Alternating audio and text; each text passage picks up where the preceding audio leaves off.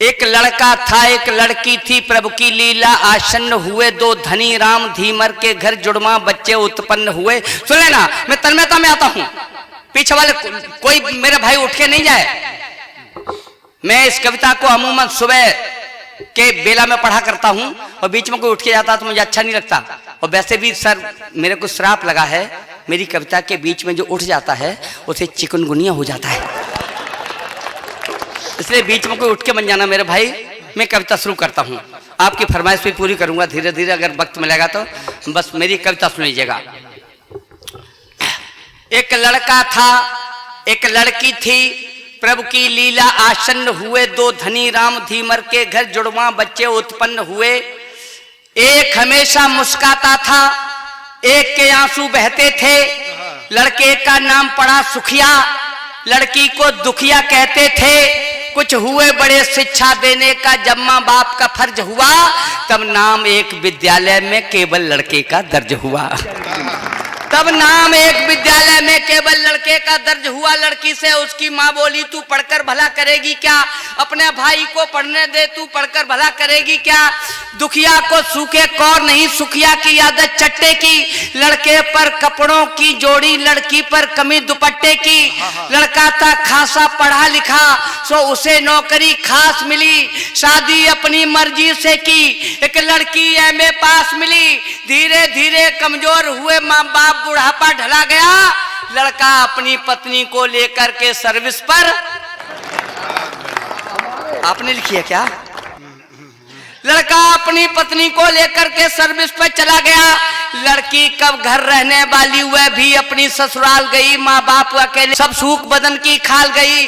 फिर खेल विधाता ने खेला, बूढ़ा तन हो बीमार गया। बुढ़िया की आंखें चली गईं, बूढ़े को लकवा मार गया। फंस गए मुसीबत में भारी लाचार, समय से बाज हुए। मिल गया पीठ से पेट, भूख से रोटी को मुहताज हुए। अब नहीं सहारा है कोई, कब तक यूं आप जलें दोनों। सोच समझ फैसला किया, बेटे के पास चलें दोनों। सरकारी बंगला था, द्वारे पर चिकना पर्दा पड़ा हुआ। कुंडी खटकी, फिर द्वार खुला था, सुखिया सम्मुख खड़ा हुआ। उसने देखा अंधी बुढ़िया, उसने देखा अंधी बुढ़िया, बूढ़ा लंगड़ा लाचारी है। हम कब तक इन्हें खिलाएंगे, ये सालों की बीमारी है।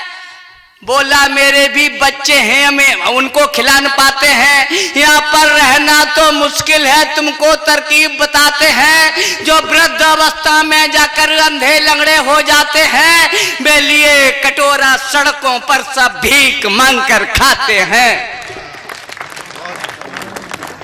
वे लिए कटोरा सड़कों पर सब भीख मांग कर खाते हैं। बुढ़िया बोली, इससे अच्छा हम मारे मारे फिरें कहीं, चल कटें रेल से साथ साथ, या संग कुएं में गिरें कहीं। बूढ़ा बोला, मरना ही है, दो कदम वहां टेकते चलें। मरने से पहले हम अपनी दुखिया को भी देखते चलें। जाकर पहुंचे जब बस्ती में, दुखिया पानी भर रही खड़ी।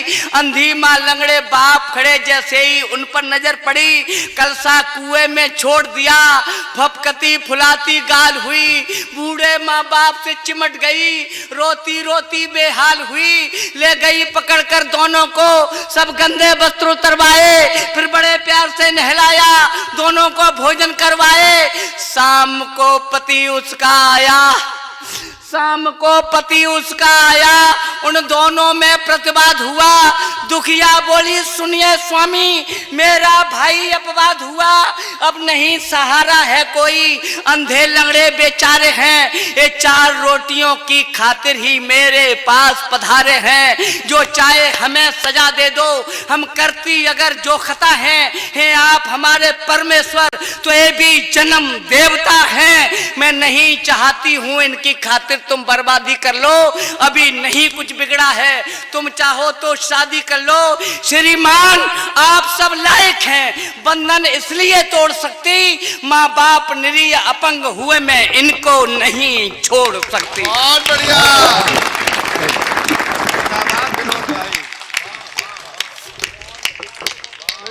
माँ बाप निरीह अपंग हुए मैं इनको नहीं छोड़ सकती।